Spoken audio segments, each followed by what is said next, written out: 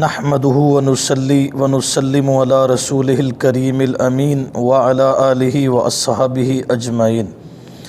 أما بعد فأعوذ بالله من الشيطان الرجيم. بسم الله الرحمن الرحيم. إنه من يشرك بالله فقد حرم الله عليه الجنة ومأواه النار. الآية. آج کا عنوان شرک کیا ہے؟ یہ حقیقت کسی دلیل کی محتاج نہیں کہ قرآن مقدس نے سب سے زیادہ زور توحید کو ثابت کرنے میں اور شرک کی تردید کرنے پر صرف کیا ہے، اور یہی وہ حقیقت ہے کہ جس کو منوانے کے لیے ابو البشر سیدنا آدم علیہ السلام سے لے کر سید البشر حضرت محمد الرسول اللہ صلی اللہ علیہ وسلم تک تمام انبیاء کرام علیہم السلام کو بھیجا گیا، اور ہر پیغمبر اپنے اپنے وقت میں لوگوں کو سمجھاتا رہا کہ عبادت اور پکار کے لائق نظر و نیاز کا مستحق صرف اور صرف اللہ ہے، اور وہ اللہ پاک اپنی ذات و صفات میں وحدہ لا شریک ہے۔ الغرض انبیاء کرام علیہم السلام نے پوری جرأت و بہادری سے توحید کی عظمت کو بیان کیا، اور شرک کی نحوست و غلاظت سے بھی لوگوں کو آگاہ کرتے رہے۔ سب سے پہلے شرک کا معنی کیا ہے؟ لغت میں شرک کا معنی آمیزش کرنا یا دو آدمیوں کا ایک چیز میں حصہ دار ہونا، یعنی ملانا، اور شریعت کی اصطلاح میں اللہ تعالیٰ کی ذات و صفات میں مخلوقات میں سے کسی کو شریک، ساجی اور حصہ دار سمجھنا شرک کہلاتا ہے۔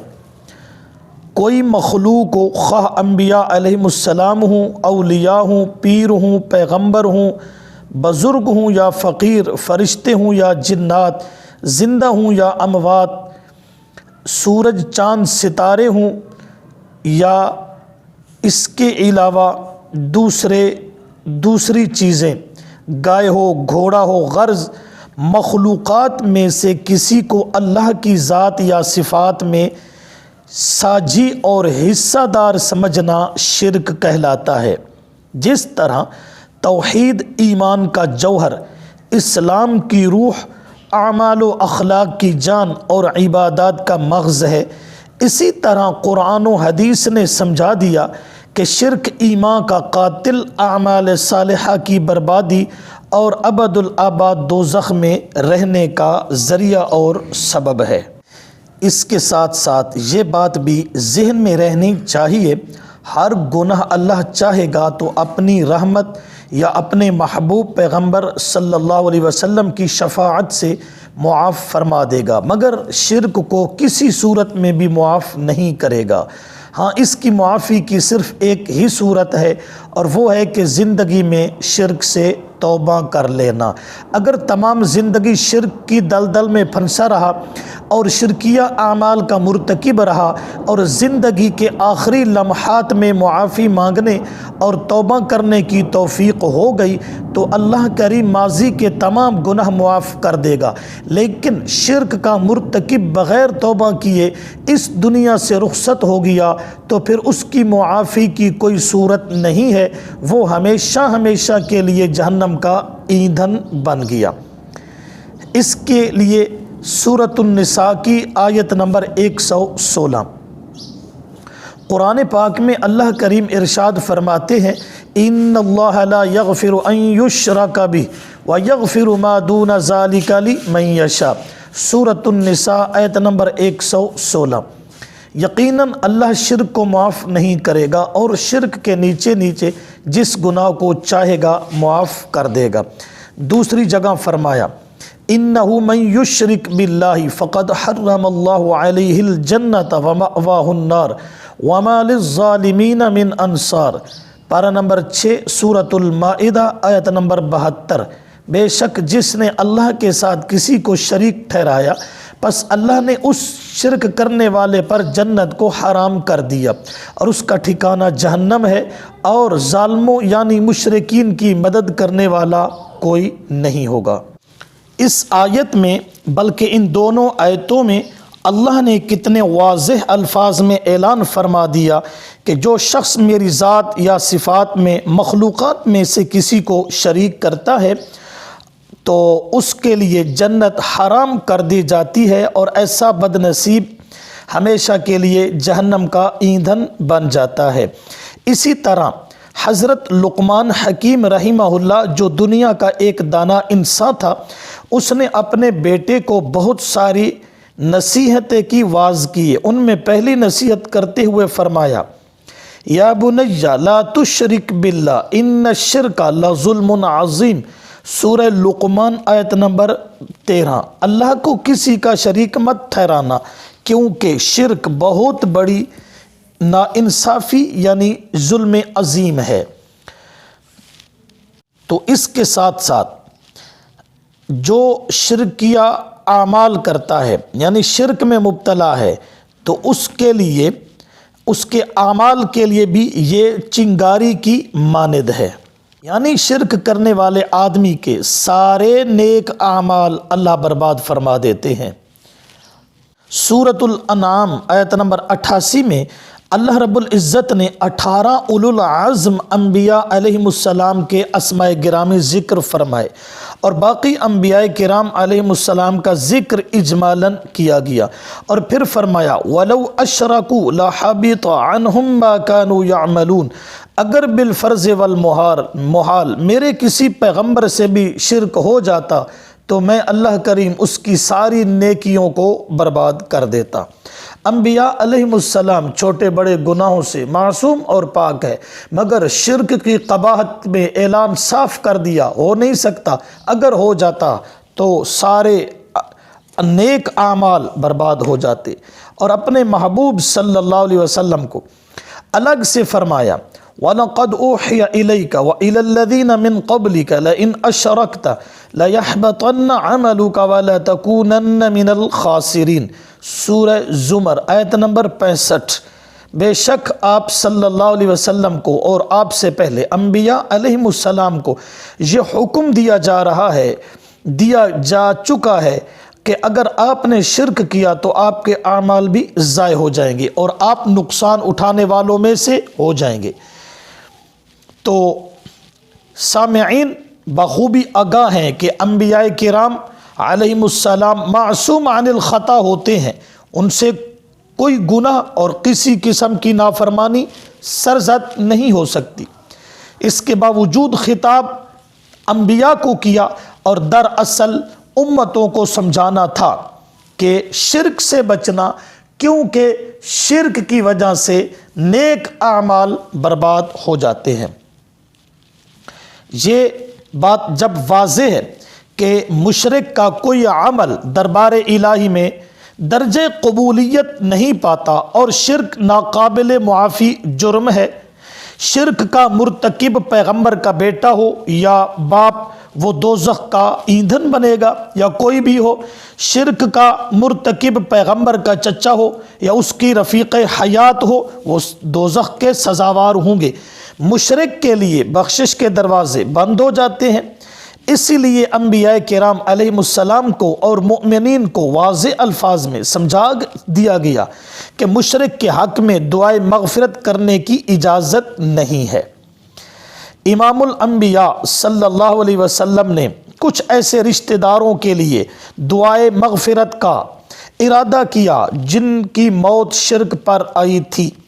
اللہ نے صاف ارشاد فرمایا ما کان للنبی والذین آمنوا ان یستغفروا للمشرکین ولو کانوا اولی قربى من بعد ما تبین لهم انہم اصحاب الجحیم، سورۃ التوبہ آیت نمبر 113 اور پارہ نمبر 11۔ پیغمبر صلی اللہ علیہ وسلم ہو یا کوئی بھی مومن ہو، اس کو لائق نہیں جب ان کو معلوم ہو گیا کہ مشرک دوزخی ہیں تو ان کے لیے استغفار کریں، اگرچہ وہ قریبی رشتہ دار ہی کیوں نہ ہو۔ اس لیے دعائے مغفرت سے اس بندے کے لیے روک دیا گیا، اس بندے کے حق میں جس کی موت یقیناً شرک پر واقع ہوئی ہو۔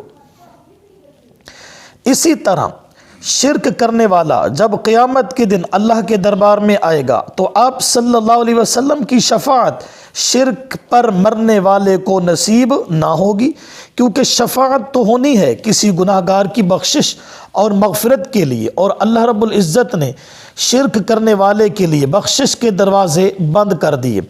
امام الانبیاء صلی اللہ علیہ وسلم نے فرمایا ہر پیغمبر کی ایک دعا لازماً قبول ہوتی ہے، چنانچہ ہر نبی نے اپنی مستجاب دعا مانگنے میں جلدی کی اور انہوں نے دعا دنیا ہی میں مانگ لی، مگر میں نے وہ مستجاب دعا اپنی امت کے لیے قیامت کے دن شفاعت کی دعا کے طور پر محفوظ کر لی ہے۔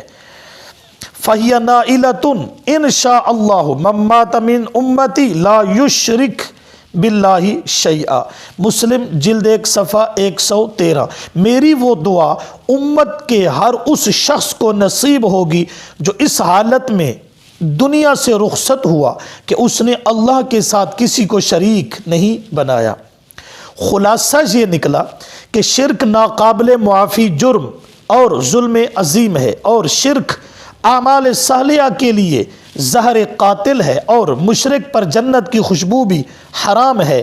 شرک اتنا قبیح اور غلیظ گناہ ہے، اگر بالفرض والمحال کسی نیک ہستی سے بھی ہو جاتا تو اس کے اعمال بھی برباد ہو جاتے۔ شرک کرنے والے کے لیے بخشش مانگنے کی اجازت نہیں، جنازہ پڑھنے کی اجازت نہیں، اور وہ رحمت الہیہ سے بھی دور ہے، اور اللہ کے پیارے محبوب صلی اللہ علیہ وسلم کی شفاعت سے بھی محروم ہے۔ اتنی بات کے بعد جو میرا اصل عنوان ہے اس کی طرف چلتے ہیں کہ شرک ہوتا کیا ہے۔ اہم بات ہے، ہر کسی آدمی کو یہ بات سماعت زندگی میں ایک بار ضرور کرنی چاہیے۔ شرک کیا ہے؟ یہ بہت کم لوگوں کو علم ہے کہ شرک کیا ہوتا ہے، حتیٰ کہ بعض اوقات شرک کرنے والے کو، اور قطعی بات ہے کہ شرک کرنے والے کو بھی اس بات کا یقین نہیں ہوتا کہ یہ میں شرک کر رہا ہوں۔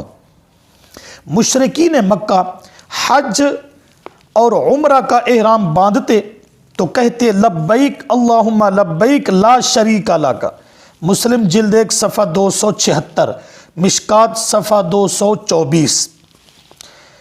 مشرکین اللہ کو مانتے، اللہ کی ذات و صفات کو بھی مانتے، اور زبان سے یہ بھی کہتے لا شریک لک، زبان سے تو کہتے، اس کے باوجود بھی وہ شرک میں ڈوبے ہوئے تھے۔ دیکھیے ذرا سورہ فاطر کی آیت نمبر 13، سورہ فاطر کی آیت نمبر 13 میں والذین تدعون من دونہ ما یملکون من قطمیر ان تدعوہم لا يسمعوا دعاءکم ولو سمعوا ما استجابوا لکم ویوم القیامت یکفرون بشرککم ولا ینبئک مثل خبیر۔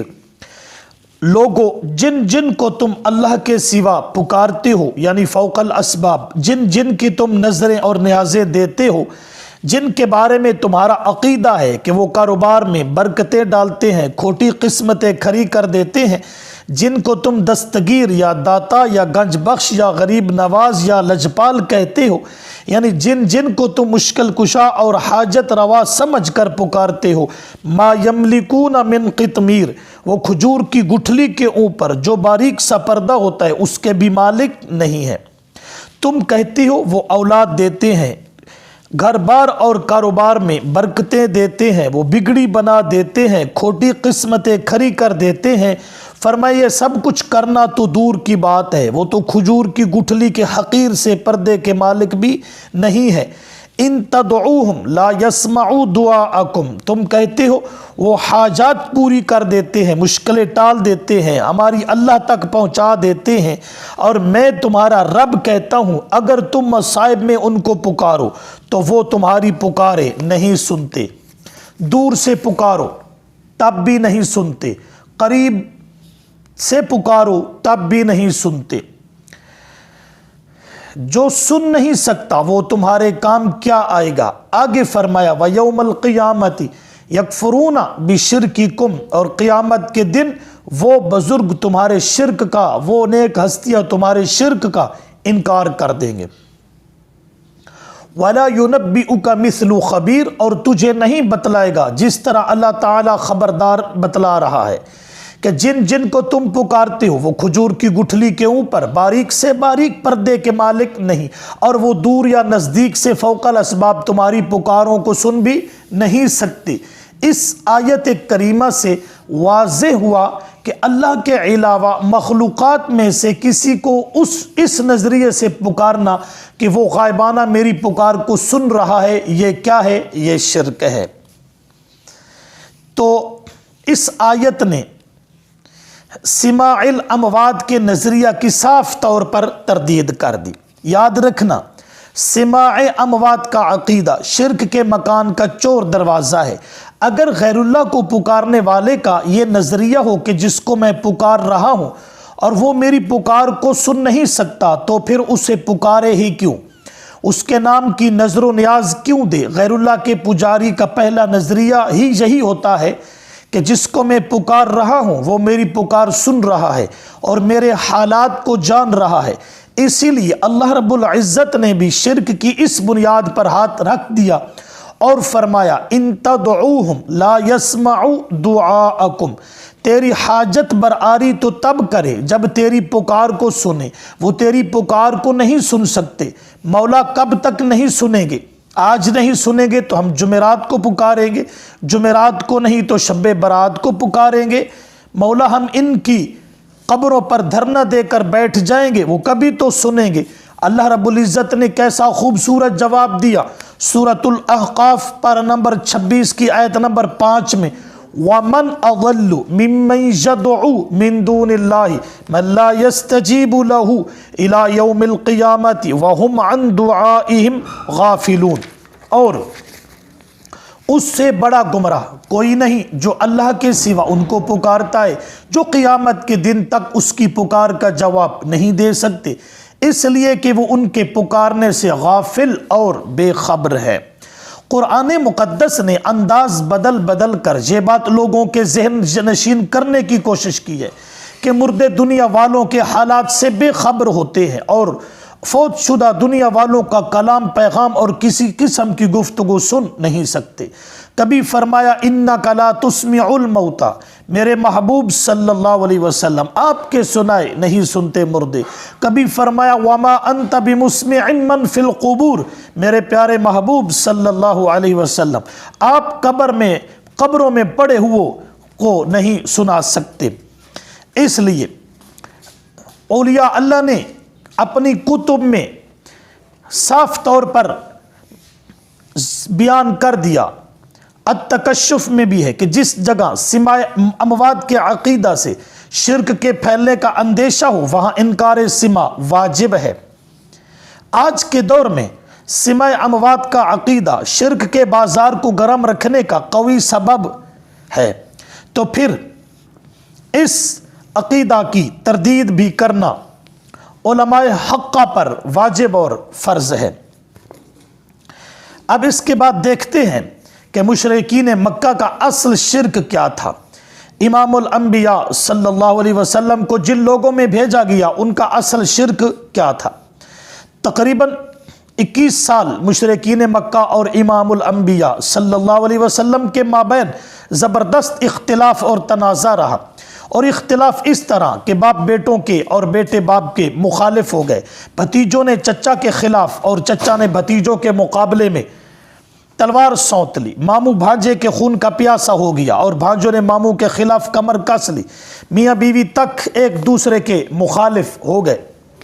امام الانبیاء صلی اللہ علیہ وسلم اور آپ کے ساتھیوں کو ستایا گیا، مصائب کے پہاڑ ٹوٹے، غموں اور دکھوں نے چین نہ لینے دیا، سوشل بائیکاٹ ہوئے، قتل کی تدبیریں سوچی گئی، مشرکین نے آپ صلی اللہ علیہ وسلم کو وطن چھوڑنے پہ مجبور کر دیا، پھر مدینہ منورہ میں بھی سکھ کا سانس نہ لینے دیا گیا، جنگیں ہوئیں، ساتھی زخمی ہوتے رہے اور کچھ جام شہادت پیتے رہے۔ سوال یہ پیدا ہوتا ہے آخر امام الانبیاء صلی اللہ علیہ وسلم قریش مکہ سے کیا بات منوانا چاہتے تھے جس کو ماننے کے لیے وہ تیار نہیں تھے؟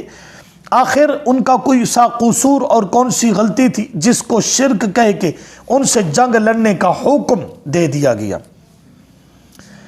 اکثر لوگوں کا حتیٰ کہ تعلیم یافتہ طبقہ کا بھی خیال یہ ہے کہ مشرکین مکہ اللہ کی ذات کے قائل نہیں تھے اور امام الانبیاء صلی اللہ علیہ وسلم ان سے اللہ کی ذات منوانا چاہتے تھے، حالانکہ یہ بات اظہر من الشمس ہے کہ مشرکین مکہ اللہ کی ذات کے قائل تھے اور وہ اپنے بچوں کے نام عبداللہ رکھتے اور کعبہ کو بیت اللہ کہتے تھے۔ ادنا عقل رکھنے والا شخص بھی سمجھ سکتا ہے کہ اگر وہ اللہ کو نہیں مانتے تھے تو پھر مشرک کیسے ہو گئے؟ اپنے معبودوں کو کس کے ساتھ شریک کرتے تھے؟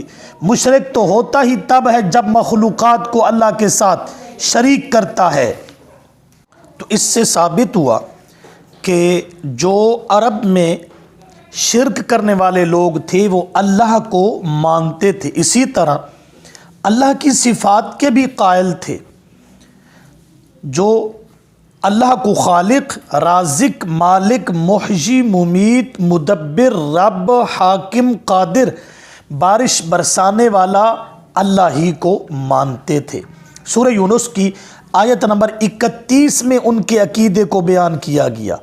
قُلْ مَنْ يَرْزُقُكُم مِّنَ السَّمَاءِ وَالْأَرْضِ أَمَّن يَمْلِكُ السَّمْعَ وَالْأَبْصَارَ وَمَن يُخْرِجُ الْحَيَّ مِنَ الْمَيِّتِ وَيُخْرِجُ الْمَيِّتَ مِنَ الْحَيِّ وَمَن يُدَبِّرُ الْأَمْرَ فَسَيَقُولُونَ اللَّهُ فَقُلْ أَفَلَا تَتَّقُونَ۔ میرے محبوب پیغمبر صلی اللہ علیہ وسلم ان شرک کرنے والوں سے پوچھئے کہ آسمان سے بارش برسا کر اور زمین سے اناج نکال کر تمہیں روزی کون دیتا ہے؟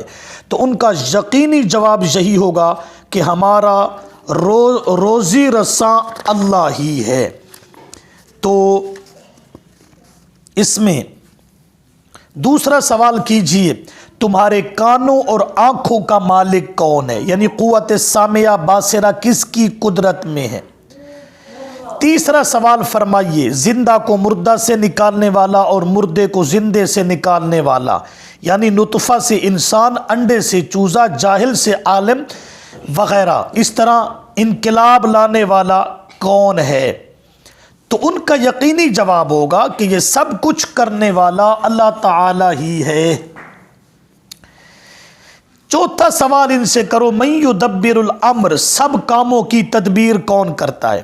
تدبیر کا مطلب ہر کسی کی بگڑی بنانے والا، کھوٹی قسمتیں کھری کرنے والا، بیماری تندرستی بخشنے والا، خوشی غمی کس کے اختیار میں، عزت ذلت کا مالک کون، اولاد دینا، بادشاہی گدائی، تخت و تاج بخشنا، تختے پہ چڑھانا، یہ سب کچھ کس کے ہاتھ میں ہے؟ جب ان سے آپ پوچھیں گے تو ان سارے سوالوں کا جواب وہ شرک کرنے والے یہی دیں گے کہ یہ کام کرنے والا صرف اور صرف اللہ ہی ہے۔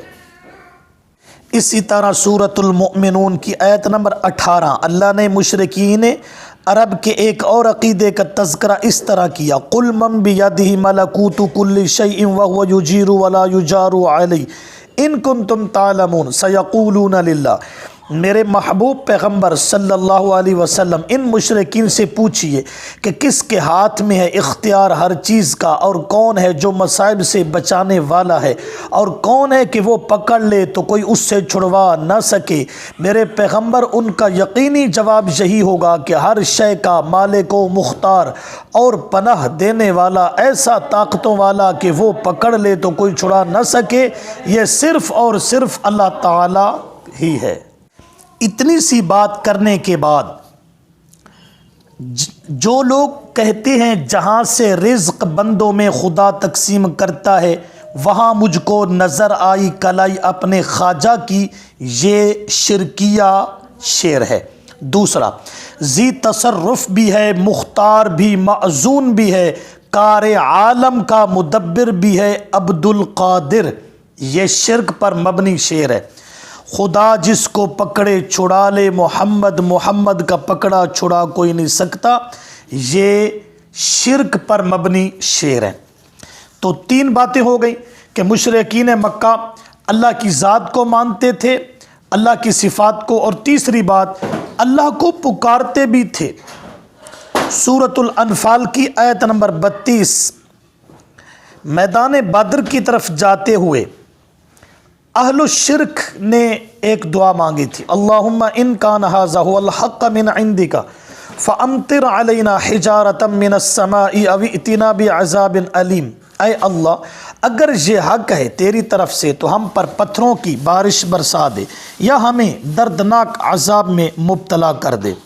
قرآن مقدس نے ایک اور جگہ ان کی پکار کا تذکرہ اس طرح کیا، فَإِذَا رَكِبُوا فِي الْفُلْكِ دَعَوُا اللَّهَ مُخْلِصِينَ لَهُ الدِّينَ فَلَمَّا نَجَّاهُمْ إِلَى الْبَرِّ إِذَا هُمْ يُشْرِكُونَ۔ جب مشرکین عرب کشتیوں پر سوار ہوتے تھے اور کشتی گرداب میں پھنس جاتی تھی تو خالص اسی پر اعتقاد رکھ کر اسی اللہ ہی کو پکارنے لگتے تھے، پھر جب اللہ رب العزت ان کو نجات دے کر خشکی تک پہنچا دیتا تو اسی وقت شرک کرنے لگتے تھے۔ لہٰذا خشکی پر نعمت و راحت کی حالت میں یا ابراہیم انظر حالنا یا اسماعیل اغثنی اعلو حبل لنا عزا ولا عزا لکم کے نعرے لگاتے تھے، مگر دریا کی موجوں میں گھر جاتے تو اپنے مشکل کشاؤں کو بھول جاتے اور خالص اللہ ہی کی پکار کرنے لگتے اور باقی سب کو بھول جاتے۔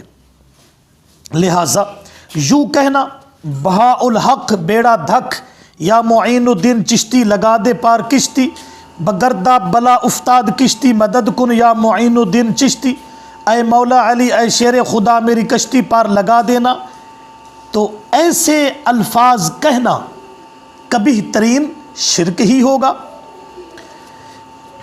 اس سے آگے مشرکین عرب غلہ اور جانوروں میں اللہ کا حصہ بھی نکالتے تھے۔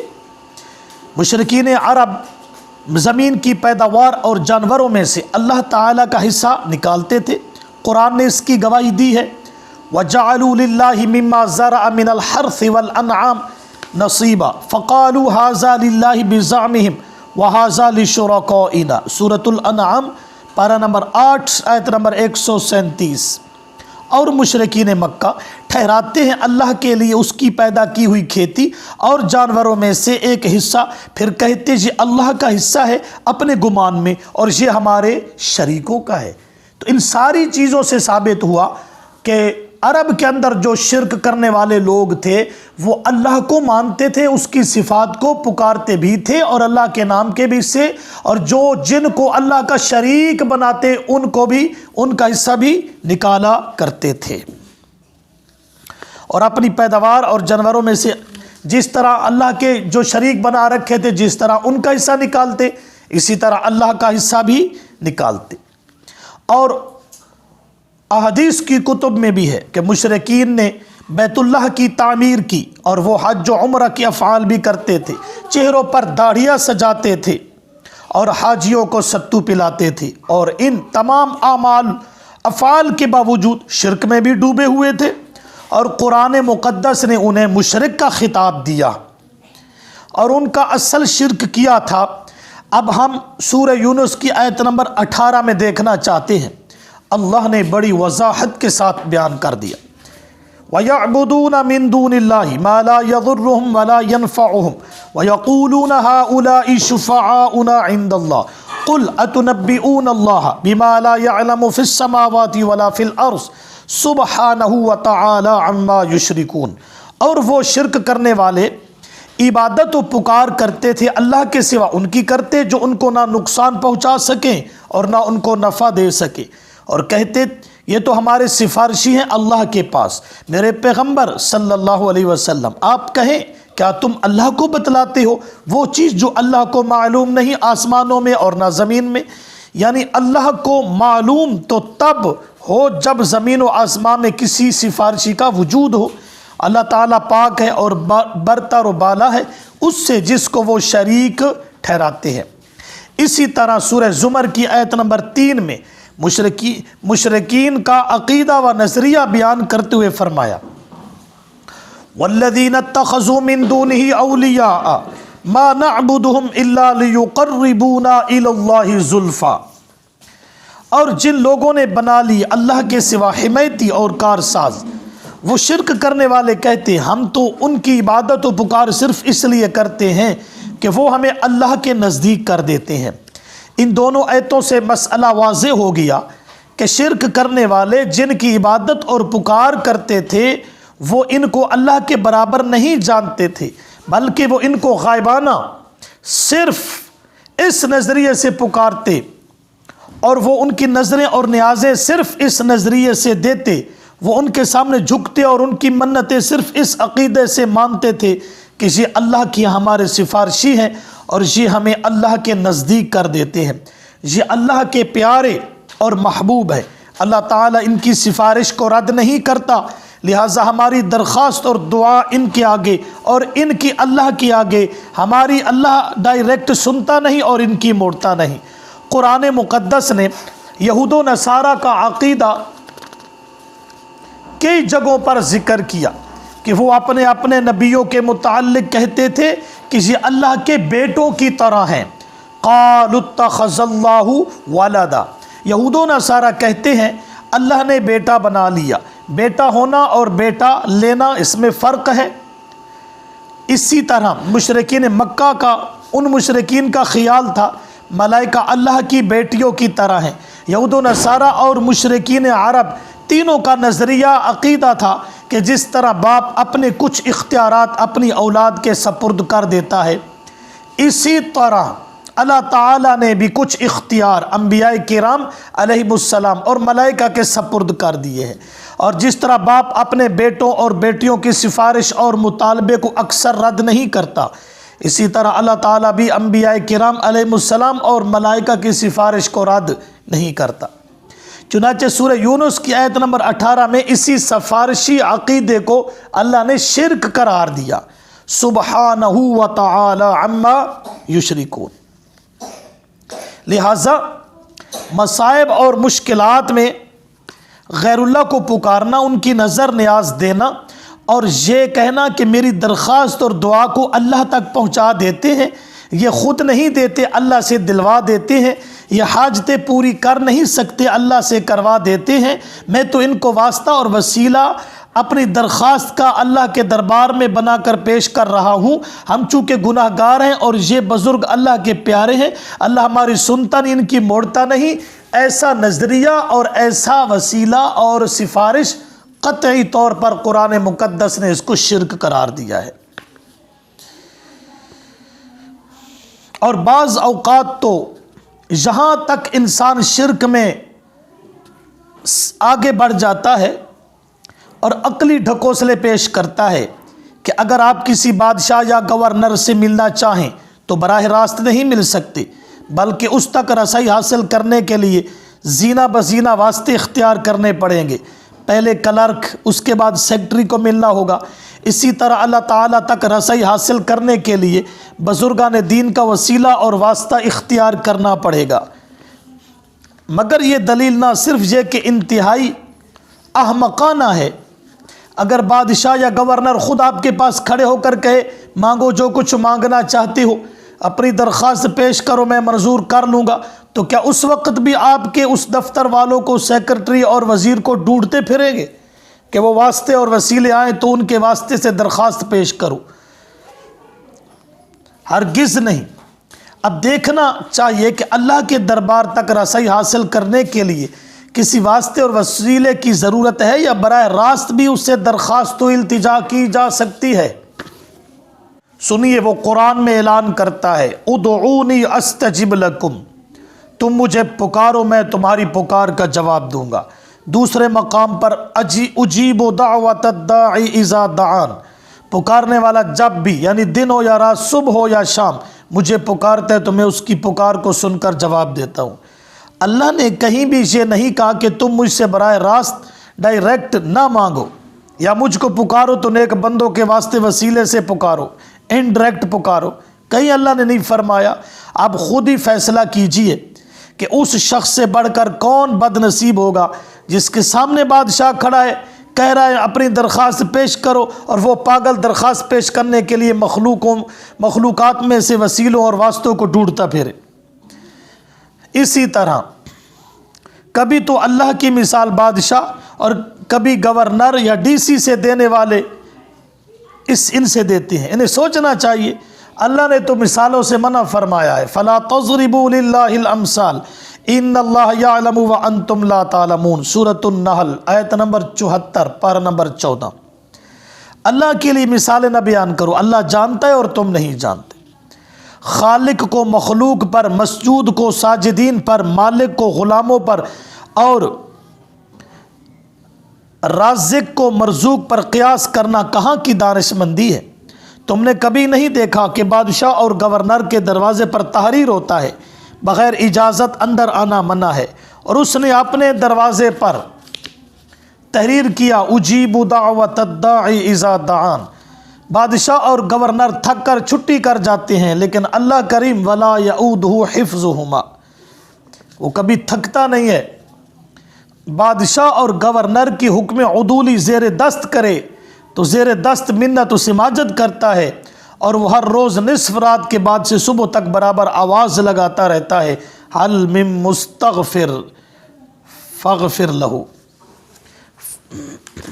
کوئی ہے بخشش طلب کرنے والا، میں اس کی بخشش کروں۔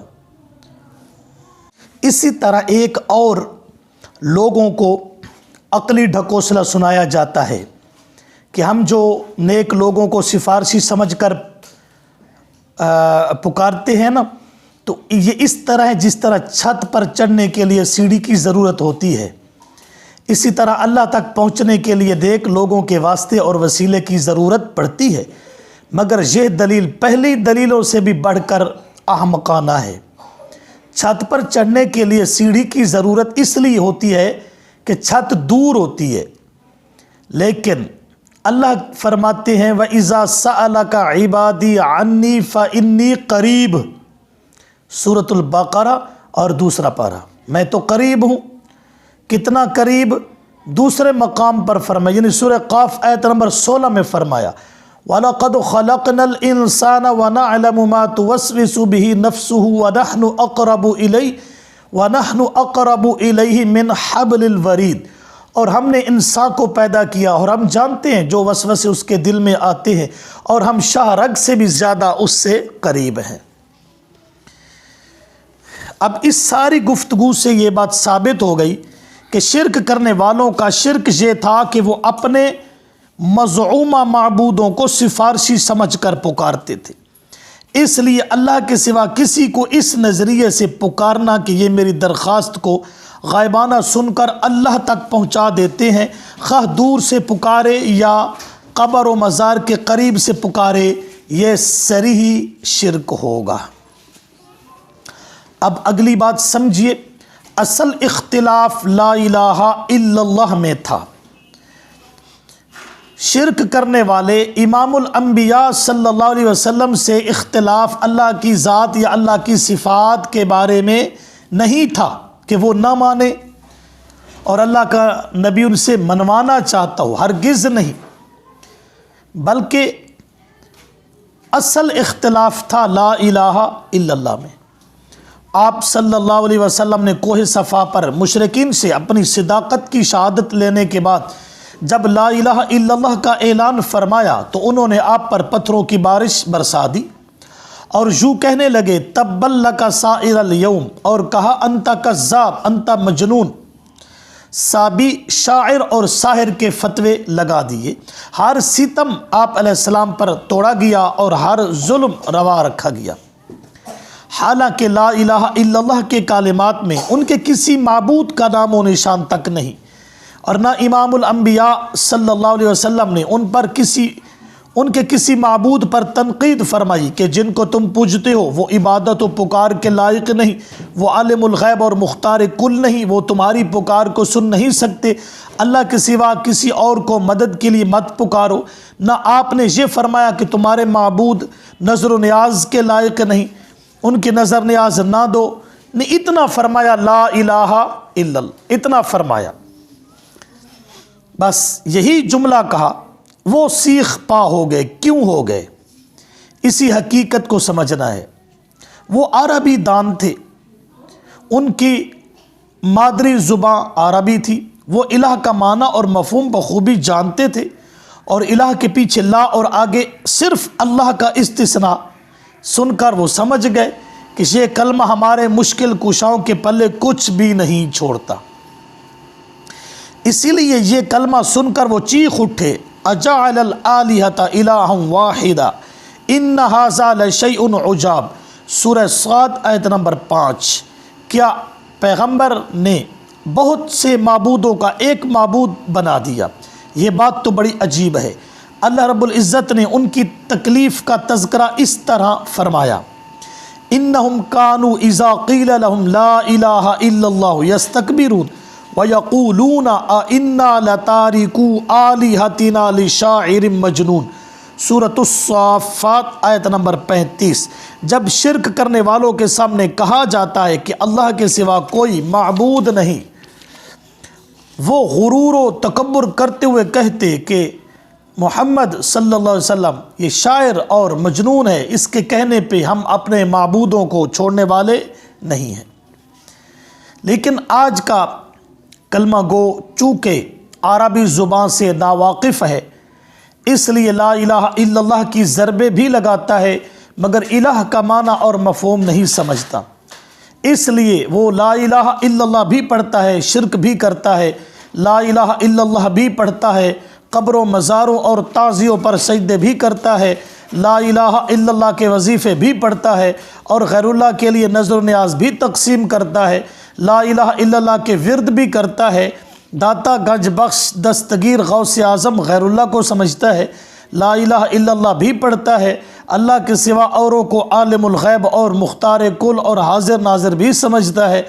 آج کا کلمہ گو لا الہ الا اللہ بھی پڑھتا ہے، اللہ کے سوا مشکل کشا حاجت روا بھی سمجھتا ہے، لا الہ الا اللہ بھی پڑھتا ہے، غیر اللہ کو غیبانہ حاجات میں پکارتا بھی ہے، لا الہ الا اللہ بھی پڑھتا ہے، اور اس کے باوجود غیر اللہ کو یعنی فوق الاسباب مدد کے لیے بھی پکارتا ہے، یا علی مدد بھی کہتا ہے، یا پیر مدد بھی کہتا ہے، یا رسول اللہ مدد بھی کہتا ہے، لا الہ الا اللہ بھی پڑھتا ہے، اور یہ شعر بھی ساتھ پڑھتا ہے کہ اللہ کے پلے میں دھرا وحدت کے سوا کیا ہے، جو کچھ مجھے لینا ہے لے لوں گا محمد سے، وہی جو مستوی تھا عرش پر خدا بن کر، اتر پڑا مدینے میں مصطفیٰ بن کر۔ کتنا بڑا شرکیہ شعر پڑھتا ہے، اور پھر لا الہ الا اللہ بھی پڑھتا ہے۔ وجہ یہ ہے کہ وہ لا الہ الا اللہ کے مفہوم اور مطلب سے بے خبر ہے۔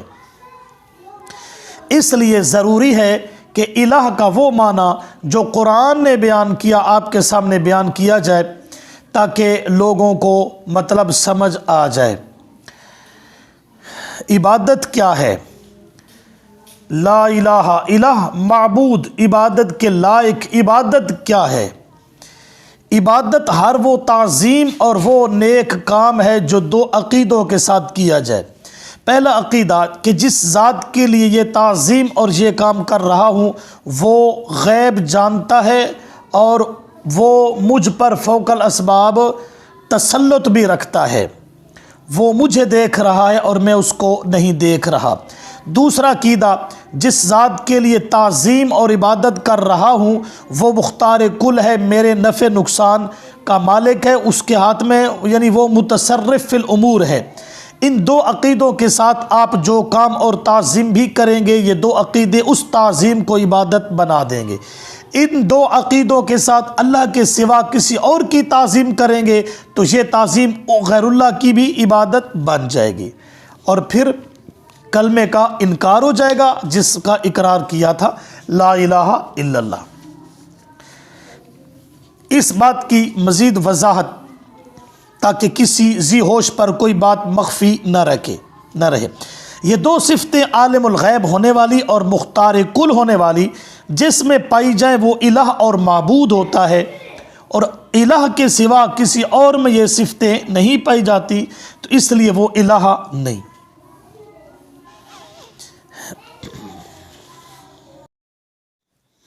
اور اس مسئلہ کی مزید وضاحت کہ دو صفتیں عالم الغیب اور مختار کل جس میں پائی جائیں وہ معبود اور الہ ہوتا ہے، اور الہ کے سوا کسی اور میں یہ صفتیں نہیں پائی جاتی۔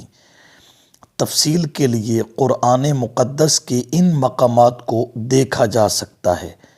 سورۃ البقرہ آیت نمبر 255، سورہ آل عمران آیت نمبر 2 سے، سورۃ الانعام آیت نمبر 12 سے 19 تک، سورہ طٰہٰ آیت نمبر 2، سورۃ القصص آیت نمبر 68، سورۃ النمل کی آیت نمبر 25، سورۃ النحل کی آیت نمبر 17، سورۃ النمل کی آیت نمبر 60، سورۃ الفرقان کی آیت نمبر 3 اور سورہ فاطر کی آیت نمبر 13۔ یاد رکھیے جو کام اللہ کے لیے عبادت ہوں گے وہ کام غیر اللہ کے لیے کوئی اگر کرے گا تو شرک ہوگا۔ اللہ کے آگے سجدہ کرنا عبادت ہے، غیر اللہ کے لیے شرک ہوگا۔ اللہ کے راستے میں مال خرچ کرنا اور اس کے نام کی نظر و نیاز دینا عبادت ہوگا تو غیر اللہ کے نام پر نظر نیاز منت منوتی دینا شرک بنے گا۔ اسی وجہ سے فقہ کی کتب میں صاف مسئلہ ہے، النظر عبادت والعبادت لغیر اللہ شرک صریح وکفر قبیح۔ نظر و نیاز عبادت ہے اور غیر اللہ کی عبادت واضح شرک اور کفر ہے۔ اسی طرح یا اللہ مدد کے ساتھ اللہ تعالیٰ کو پکارنا اس عقیدہ اور نظریہ سے کہ وہ غائبانہ میری پکار کو سنتا ہے، مدد کرنے پہ قادر ہے، تو یہ پکار کیا بنے گی؟ عبادت۔ تو پھر یا علی مدد یا پیر مدد کے ساتھ آواز لگانا اس عقیدہ و نظریہ سے کہ وہ میری پکار کو غائبانہ سنتے ہیں شرک ہوگا۔ امام الانبیاء صلی اللہ علیہ وسلم نے وضاحت فرمائی ہے، الدعاء هو العبادہ، لوگوں پکار ہی عبادت ہے۔ اب اللہ کو غائبانہ پکارنا عبادت ہوگا تو غیر اللہ کو غائبانہ پکارنا ان کی عبادت بن کر واضح شرک ہو جائے گا۔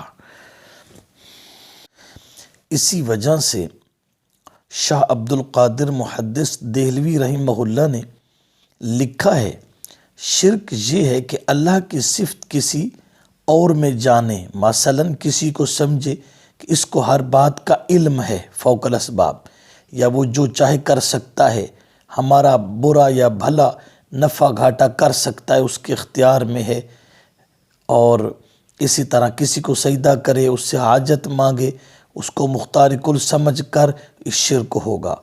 اور مفتی اعظم مفتی کفایت اللہ صاحب رحمہ اللہ نے لکھا، یہ اعتقاد رکھنا کہ فلاں پیغمبر یا ولی ہماری تمام باتوں کو دور و نزدیک سے سن لیتے ہیں، یہ سب شرک ہے۔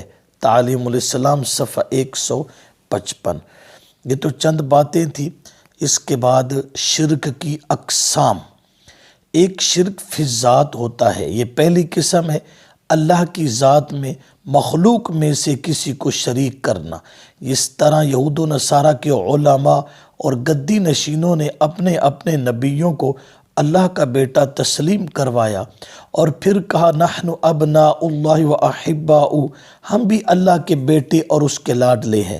قرآن مقدس نے مشرکین کا عقیدہ بیان کرتے ہوئے فرمایا وَجَعَلُوا لِلَّهِ شُرَكَاءَ الْجِنَّ وَخَلَقَهُمْ وَخَرَقُوا لَهُ بَنِينَ وَبَنَاتٍ بِغَيْرِ عِلْمٍ سُبْحَانَهُ وَتَعَالَى عَمَّا يَصِفُونَ۔ سورۃ الانعام آیت نمبر 100۔